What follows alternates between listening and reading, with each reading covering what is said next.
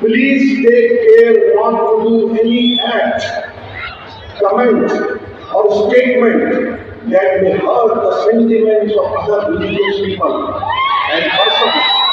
and also do not violate the moral code of conduct implemented in connection with the General Assembly election 2024. It should be noted that while the problem will not arise due to any minor reason,